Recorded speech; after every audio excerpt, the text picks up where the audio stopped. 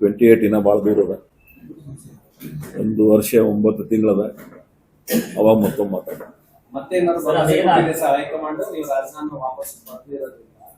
ನಾನು ಈ ಪ್ರಶ್ನೆಗೆ ಉತ್ತರ ಕೊಡ್ತೀನಿ ಆಲ್ರೆಡಿ. ನಾನು ಇನ್ಯಾವುದೇ ಭರವಸೆಗಳಿಗೆ ಅಪೇಕ್ಷೆಗಳಿಗೆ ನಂಬುದಿಲ್ಲ ಅನ್ನೋದಕ್ಕಿಂತ ಅಪೇಕ್ಷೆ ಪಡಂಗಿಲ್ಲ.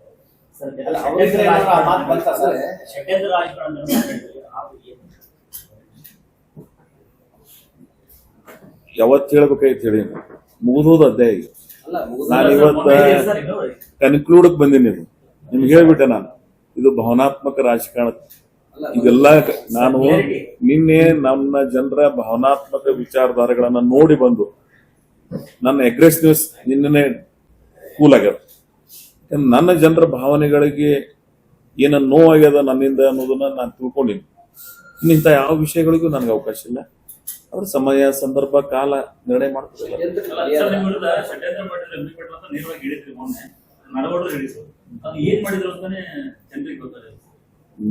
ನಿಮಗೂ ಗೊತ್ತದ, ಜನರಿಗೂ ಗೊತ್ತದ. ಇದೇನು ಹೊಸದೇನಲ್ಲ ಅದು. ನಾನು ಬಹಳ ಭಾವನಾತ್ಮಕ ನನ್ನ ಜನರ ಭಾವನೆಗಳ ಜೊತೆಗೆ ಇಲ್ಲಿ ಬಂದಿನ. ಇವತ್ತು ಅದ್ರ ಬಗ್ಗೆ ಮಾತಾಡ್ಲಿಕ್ಕೆ ನನ್ನ ಮನಸ್ಸಿಲ್ಲ. ಸಮಯ, ಸಂದರ್ಭ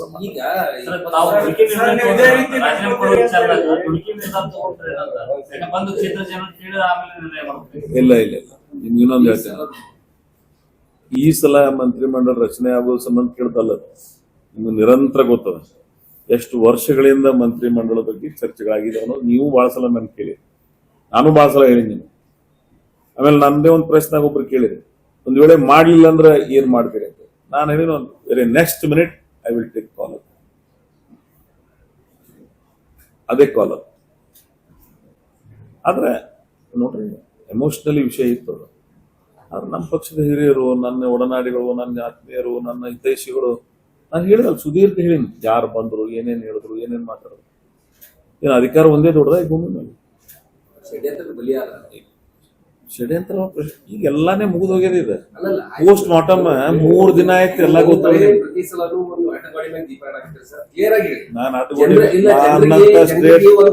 ನಾನು ಒಂದೇ ಮಾತಾಡ್ತೀನಿ, ನನ್ನಂತ ಸ್ಟ್ರೇಟ್ ಫಾರ್ವರ್ಡ್ ರಾಜಕಾರಣನೇ ಯಾರು ಮಾಡಿಲ್ಲ. ಪ್ರತಿ ಸಲನು ಇದನ್ನೇ ಹೇಳ್ತೀರಿ, ಪ್ರತಿ ಸಲನು ಸೂಕ್ಷ್ಮವಾಗಿ ಹೇಳ್ತೀರಿ. ಒಂದು ಕ್ಲಾರಿಫಿಕೇಶನ್ ಕೊಡಿ ಜನರಿಗೆ.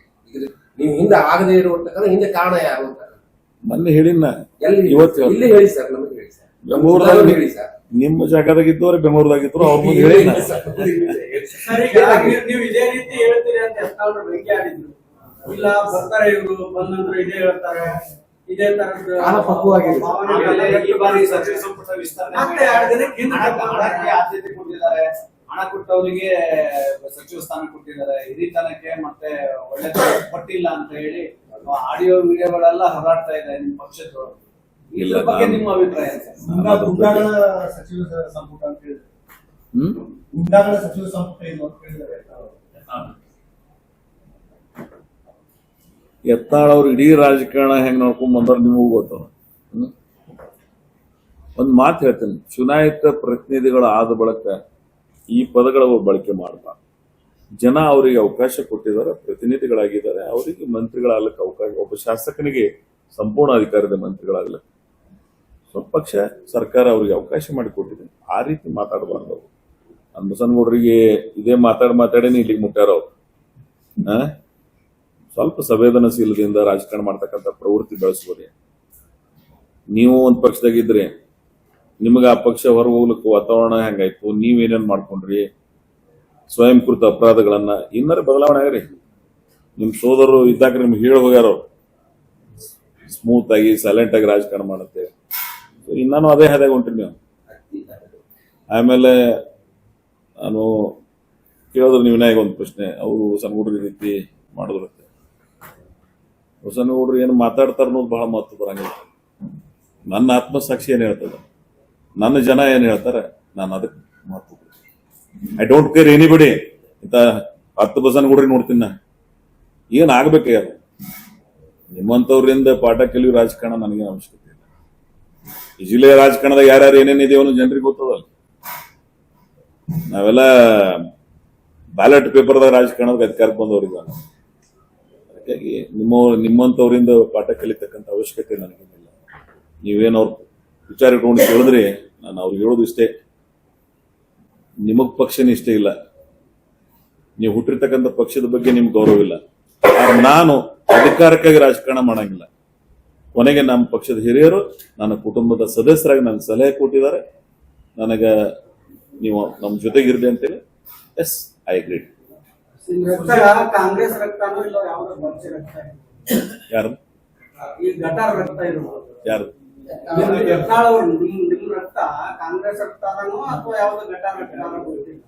ಯಾರಿಗೆ ಅವ್ರದ? ನಿಮ್ ಹೌದಾ? ನನ್ನ ಫಾದರು ಕಾಂಗ್ರೆಸ್, ನಾನು ಕಾಂಗ್ರೆಸ್. ಅವ್ರು ಎಲ್ಲಿ ಬೆಳೆದಾರ ಆ ಪಕ್ಷದ ಬಗ್ಗೆನೇ ಗೌರವ ಇಲ್ಲ. ಅವ್ರಿಗೆ ಯಾರ್ಯಾರು ಅಧಿಕಾರ ಕೊಟ್ಟರು ಅವ್ರ ಬಗ್ಗೆನೇ ಇವ್ರಿಗೆ ಮಾತಾಡ್ತಕ್ಕಂಥ ಪದಗಳನ್ನು ನೋಡ್ತಿರ್ತೀನಿ.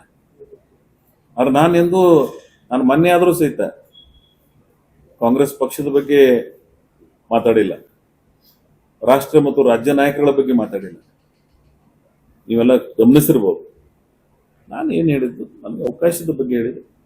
ಹೌದು, ಅದು ಇವತ್ತಿಗೂ ಅದ್ರ ಬಗ್ಗೆ ನಾನು ಹೇಳ್ತೀನಿ. ಆದ್ರೆ ಇನ್ನು ಮುಂದೆ ಅದು ಕೇಳಂಗಿಲ್ಲ. ಆಮೇಲೆ ರಕ್ತ, DNA ಎಲ್ಲರಿಗೂ ಗೊತ್ತದ. ಯಾರ DNA ಏನದ, ಯಾರ ಕಮಿಟ್ಮೆಂಟ್ ಏನದ, ಯಾರ ರಾಜಕಾರಣದ ಬದ್ಧತೆಗಳನ್ನ ಏನ್ ಮಾಡಿದಾರೆ ಅನ್ನೋದನ್ನ ನಾನು ಹೇಳ್ತೀನಿ. ಇವತ್ತು ನೀವೇನು ಹೇಳಕ್ ಸಾಧ್ಯದಾನೆ? ನಾನು ಕಾಂಗ್ರೆಸ್ನಾಗ ಹುಟ್ಟಿನೋ, ನಾಳೆ ಏನ್ ಇರ್ತೀನೋ ಬಿಡ್ತೀನೋ ಗೊತ್ತಿಲ್ಲ, ಕಾಂಗ್ರೆಸ್ನಾಗೆ ಸಾಯ್ತೀನಿ. ಇದು ಹೇಳೋ ಶಕ್ತಿ ಅದ ಇವನಿಗೆ ಹುಡುಗ? It is our commitment. We done with that. ಹೇಳಂತ ಹೇಳಿ ಅವನಿಗೆ ನೋಡೋಣ. ಅಧಿಕಾರಕ್ಕೆ ಏನ್ ಬೇಕೆಲ್ಲ ಜನತಾದಳಕ್ಕೆ ಹೋಗೋದು, ಪಾಳೆ ಮಾತು ಬರೋದು, ಮಾತು ಹೋಗೋದು. ನಾ ಹೆಂಗೆ ಮಾಡಿಲ್ಲ, ಎಮೋಷನಲಿ ಆ ಕ್ಷಣಕ್ಕಾಗ್ಯದ. ನಾನು ರೆಕ್ಟಿಫೈ ಮಾಡ್ಕೊಂಡಿನಿ. ನನ್ನ ಪಕ್ಷದವರು as A general secretary within 3 hours ನನ್ನ ಮನೆಗೆ ಬಂದು ನನಗೊಂದು ಮನವಿ ಮಾಡಿದ್ರೆ ಸ್ಪಂದಿಸಿದ್ದೀನಿ. ನಾನು ಗೌರವ ಕೊಡ್ಬೇಕಲ್ಲ. ಆ ಪಕ್ಷ ನನಗೆ ಸುದೀರ್ಘ ರಾಜಕಾರಣಕ್ಕೆ ಅವಕಾಶ ಮಾಡಿ ಕೊಟ್ಟದ. ಹೌದು, ಒಂದು ಮಂತ್ರಿ ಮಾಡ್ಲಿಕ್ಕಿಲ್ಲ ಅವರು, ಆದ್ರೆ ನನಗೆ ಅವಕಾಶ ಬೇರೆ ಬೇರೆ ಕೊಟ್ಟೋದು ಇಲ್ಲೋ. ಆ ಪಕ್ಷಕ್ಕೆ ನಾನು ಗೌರವಿತವಾಗಿ ನೋಡ್ಕೋಬೇಕು ಇಲ್ಲೋ. ನಾನು ಅದಕ್ಕೆ ಪಕ್ಷದ ನಿರ್ಣಯಕ್ಕೆ ಪಾಲಿನಿ. ನಾನು ಇವತ್ತೇ ಒಂದು ಮಾತು ಹೇಳಿದೆ, ಈ ಮಂತ್ರಿ ಆಗೋ ಕಾಲಾಗ ನನಗೆ ಇಷ್ಟ ಆಯ್ತಿದ್ದು. ಇನ್ ಜೀವನದಾಗ ಇದು ಕೇಳಂಗಿಲ್ಲ, ನಿರೀಕ್ಷೆನೆ ಇಟ್ಕೊಳ್ಳಿಲ್ಲ ಅಂದ್ರೆ ಪ್ರಶ್ನೆನೇ ಬರಂಗಿಲ್ಲಲ್ಲ. ಈ ನಿರೀಕ್ಷೆಗಳನ್ನು ಹುಟ್ಟು ಹಾಕಿದವ್ರೆ ಅವ್ರು ನಮ್ಮವ್ರು. ನಾನು ಅದಕ್ಕೆ ಏನ್ ಹೇಳ್ಬಿಟ್ಟೆ, ಇಂಥವು ಯಾವೂ ಅಪೇಕ್ಷೆ ಪಡಂಗಿಲ್ಲ. ನಾನು ಇಡೀ ರಾಜಕಾರಣದ ಅವಧಿ ಒಳಗೆ ನಾನು ಇದನ್ನ ಎಂದೂ ನಿರೀಕ್ಷೆ ಮಾಡಂಗಿಲ್ಲ.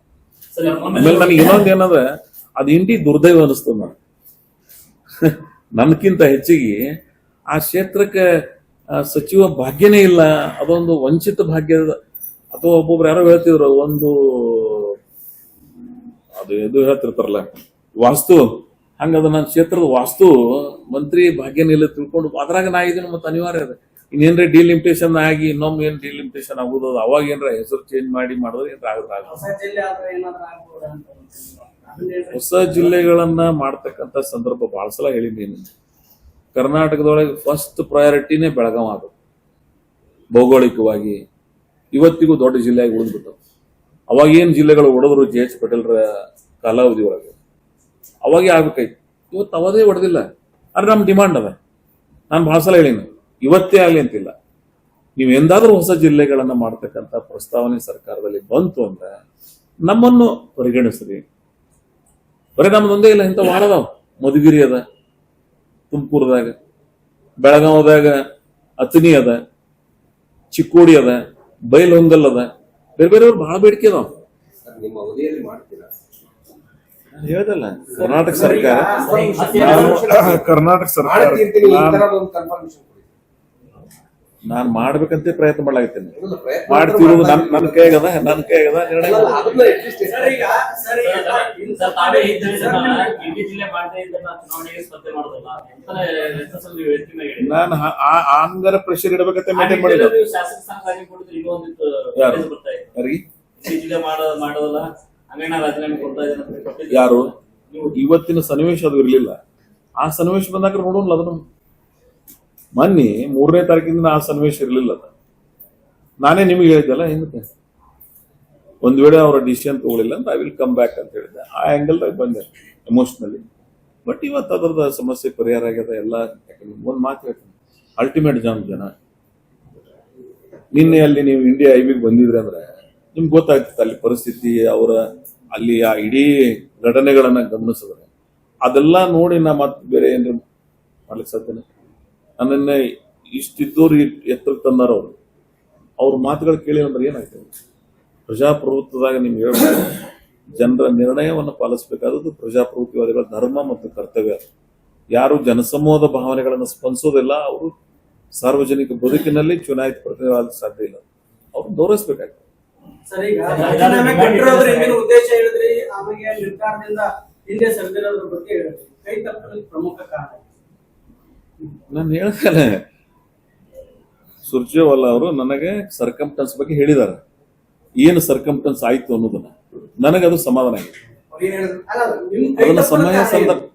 ಅದು ನಮ್ಮ ಯಾವ ರೀತಿ ಕನ್ವಿನ್ಸ್ ಮಾಡಿದ್ರು? ಸಮಯ ಸಂದರ್ಭ ಈ ಬರಲ್ಲ. ಸಲನೂ ಸಮಯ ಸಂದರ್ಭ ಹೇಳ್ತಾರೆ. ನಿಮ್ ಕೈ ತಪ್ಪಲಿಕ್ಕೆ ಕಾರಣ ಏನು? ಅದೀಗ ಪ್ರತಿಯೊಂದಕ್ಕೂ ನೀವು ಲಾಸ್ಟ್ ಟೈಮ್ ಸುದ್ದಿಗೋಷ್ಠಿಯಲ್ಲಿ ಹೇಳಿದ್ರೆ ಯಾವ ಮಾನದಂಡಗಳಿದ್ದಾವೆ, ಸಚಿವ ಸ್ಥಾನನ ಯಾವ ಮಾನದಂಡಗಳ ರಚನೆ ಮಾಡಿದ್ದೀರಿ ನೀವು ಸಂಪುಟ? ಅವರು ನನಗೆ ಮತ್ತೆ ನಿಮ್ಗೆ ಆ ಮಾನದಂಡಗಳು ನೀವು ಫಿಟ್ ಆಗಿಲ್ವಾ, ಅಥವಾ ಉದ್ದೇಶಪೂರ್ವಕವಾಗಿ ಕೈ ಬಿಟ್ರ, ಅಥವಾ ಯಾರಾದ್ರೂ ಲಾಬಿ ಮಾಡಿ ಕೈ ಬಿಡಿಸಿದ್ರ? ಒಂದು ಕಾರಣ ಕೊಡಿ. ನಿಮಗೆ ನಾನು ಏನ್ ಹೇಳ್ಬೇಕಾಗಲ್ಲ ಅವೆಲ್ಲ ಮಾಹಿತಿ ನಿಮಗೆ ನಮಗ ಅದಾವ ಸರ್. ನನ್ನಿಂದ ಏನ ನೀವು ನಿರೀಕ್ಷೆ ಮಾಡ್ತೀರಿ, ಈ ಜಿಲ್ಲೆಯ ಜನರಿಗೆ ಮತ್ತು ನಿಮಗೂ ಅದು ಸಂಪೂರ್ಣ ಮಾಹಿತಿ ಇದೆ. ಏನೇನಾಯ್ತು ಏನೇನಾಗಿಲ್ಲ ಅನ್ನೋದು. ಅದಕ್ಕೆ ನಾನು ಹೇಳಕ್ ಹೋಗಂಗಿಲ್ಲ. ನಾನು ಒಬ್ಬ ಪಕ್ಷದ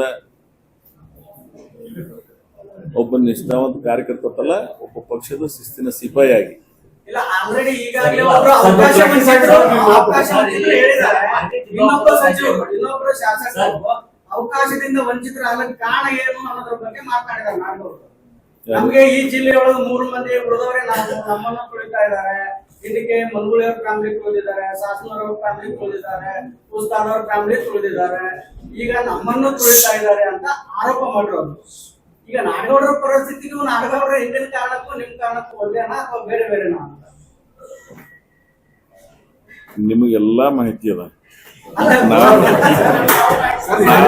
ನಾನು ನಮ್ಮ ನಾಯಕರಿಗೆ ಒಂದು ಮಾತು ಕೊಟ್ಟಿದ್ದೆ. ಅವರು ನನಗೆ ಇಲ್ಲಿಗೆ ಬರುವುದಾಗ ಸಹಿತ be cool, in the interest of the party you must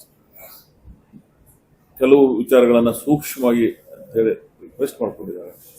I am very much aggressive person, you know all that, but today scenario I will respect my leaders words. ಅವ್ರಿಗೆ ಗೌರವ ಕೊಡ್ಬೇಕಾಗ್ತದೆ. ನನ್ನ ಭಾವನೆಗಳು ಇಲ್ಲಿ ಬಹಳ ಅದಾವ, ಆದ್ರೆ ಅದನ್ನ ಇಲ್ಲಿ ತರೋ ಪರಿಸ್ಥಿತಿಗಳು ಇವತ್ತಿಲ್ಲ. ಅಷ್ಟು it will one day it will come. ಅಲ್ಲ, ಈಗ ನನಗೆ ಅದು ಅವಾಗವಾಗ ಸ್ಫೋಟ ಆಗುತ್ತೆ, ಮತ್ತೆ ಹಂಗೆ ಆಗುತ್ತೆ, ಅವಾಗವಾಗ ಸ್ಫೋಟ ಆಗುತ್ತೆ, ಮತ್ತೆ ಊಟ ಆಗೇ ಇಲ್ಲ. ಪ್ರಜಾಪ್ರಭುತ್ವದೊಳಗೆ ಬಹಳ ಸಂದರ್ಭದಾಗ ಕೋವಿಡ್ 2019 ನೆನಪಿಸ್ಕೊಂಡ್ಬಿಡ್ರಿ. Don't do that. I have done it every time in every. But ಇವತ್ತು ನಾನು ಒಂದು ಅತ್ಯಂತ ವಿಚಿತ್ರ ಪರಿಸ್ಥಿತಿಯನ್ನ ಎದುರಿಸ್ತಾ ಇದ್ದೇನೆ. ನನಗೆ ಸಂವೇದನಾಶೀಲ ಇದೆ. ನಾನು ಶಾಂತಿಯುತವಾಗಿ ಏನ್ ಮಾಡಿದೆ. ನನಗೆ ಬೇರೆ ವಿಚಾರಗಳನ್ನ ಬೇರೆ ಸಂದರ್ಭ ಬಂದಾಗ ನೋಡೋಣ. ಇವತ್ತು ಇದು ಏನಿತ್ತು, ಒಂದು ಅವಕಾಶ ಬರಬೇಕಾಗಿತ್ತು, ಬಂದಿಲ್ಲ. ಅದಕ್ಕೆ ಕಾರಣಗಳೇನು ಅಂತ ನಮ್ಮ ಲೀಡರ್ಸ್ ನನಗೆ ವಿವರಣೆ ಕೊಟ್ಟಿದ್ದಾರೆ. ಅವ್ರು ಕ್ವೈಟ್ ಅಂಡ್ ಕಾಮ್ ಆಗಿರೋದು ಹೇಳಿದ್ದಾರೆ. ಆಮೇಲೆ ಅವ್ರು ಮತ್ತೇನೇನೋ ಹೇಳಿದ್ರು, ನಾನು ಅದನ್ನ ನನ್ನ ತಲೆಗಿಂದ ತೆಗೆದುಬಿಟ್ಟೆ. ಮತ್ತೇನಾದ್ರು ಡಿಮ್ಯಾಂಡ್ ಮಾಡಿದ್ರೆ ಏನಾದ್ರು ಹೇಳಿದಲ್ಲ, there is no any demands. ಈಗ ಡಿ.ಕೆ. ಶಿವಕುಮಾರ್ ಸ್ವಲ್ಪ ಸ್ಟ್ರಾಂಗ್ ಆಗಿ ಹೇಳಿದ್ದಾರೆ, ಯಾರ ರಾಜೀನಾಮೆ ಕೊಡ್ತಿದ್ರು ಒಂದೇ ಕ್ಷಣದಲ್ಲಿ ನಾವು ಕೊಡ್ತೀವಿ ಅನ್ನುವಂತ ಅವ್ರು ಹೇಳೋ ಉದ್ದೇಶ ಏನಿತ್ತು ಅಂದ್ರೆ, ಅವ್ರು ಹೇಳೋದ್ರಲ್ಲಿ 2 ಉದ್ದೇಶ. ನನ್ನ ಜೊತೆ ಅವ್ರು ಮಾತಾಡೋದನ್ನು ಗಮನಿಸಿದೆ. ನನಗೂ ಸಹಿತ ಕೆಲವು ಸಂದರ್ಭದೊಳಗೆ ಧರ್ಮಸಿಂಗ್ ಸಾಹೇಬರ ಮಂತ್ರಿಮಂಡಲದ ತಗೊಳ್ಳಿಲ್ಲ, ಸಿದ್ದರಾಮಯ್ಯನವ್ರ ಮಂತ್ರಿಮಂಡಲದ ಒಂದು ಆಗಿಲ್ಲ. ನನಗೂ ಬೇರೆ ಬೇರೆ ಸಂದರ್ಭದಾಗ ಅನೇಕ ಅವಕಾಶಗಳನ್ನ ವಂಚಿತರಾಗಿದ್ದೀನಿ. ಆದರೂ ನಾನು ಕೊನೆಗೆ ಸಮಾಧಾನದಿಂದ ಸೊ ನೀವು ಆ ರೀತಿ ನಿಮ್ಗೆ ನೋವಾಗಿ ನಮ್ಗೆ ಅರ್ಥ ಆಗ್ತದೆ, ನೀವೆಲ್ಲರೂ ಸಮಾಧಾನದಿರಿ. ಅದಕ್ಕೆ ಅವ್ರದ್ದೇನು ಅಂದ್ರೆ, ಒಬ್ಬ ಪಕ್ಷದ ಸರ್ಕಾರ ಅದ, ನೀವೆಲ್ಲರೂ ಈ ರೀತಿ ಮಾಡೋದ್ರಿಂದ ತಪ್ಪು ಇದು ಆಗ್ತದೆ ಒಂದು ಭಾವನೆ ಹೇಳಿದ್ರೆ. ಮತ್ತು ಅವ್ರದ್ದೊಂದು ವೇ ಆಫ್ ಟಾಕಿಂಗ್ ಸ್ಟೈಲು ಬೇರೆ ಅದ, ನಿಮಗೂ ಗೊತ್ತು. ಆ ರೀತಿ ಮಾಡ್ರಿ. ಸರ್, 2028 ಚುನಾವಣೆ ಬೇರೆ ಈಗ ಯಾರು ನಿಮ್ಮ ಜೊತೆ ರಣತಂತ್ರ ರೂಪಿಸಿದ್ರೆ ಅವರಿಗೆ ಎಫೆಕ್ಟ್ ಆಗುತ್ತೆ ಸರಿ. ನಾನು ನಿಮ್ದು ವರ್ಷ ಎಷ್ಟು ದಿವಸದೇನೆ 19 ಇರ್ಬೋದು. ನಿಮ್ಮಂದ್ರೆ ಆ 1 ತಿಂಗಳೇನು ಇರ್ತವಲ್ಲ, ನಾನು ಎಫೆಕ್ಟ್ ಆಗುತ್ತಾ ನಿಮ್ಮ ಹೆಸರು ಹೇಳಿ. ಚುನಾವಣೆ ನೋಟಿಫಿಕೇಶನ್ ಏನಾಗ್ತಾವಲ್ಲ, ಆ ಸಂದರ್ಭ I will come back. Social ಮೀಡಿಯಾದಲ್ಲಿ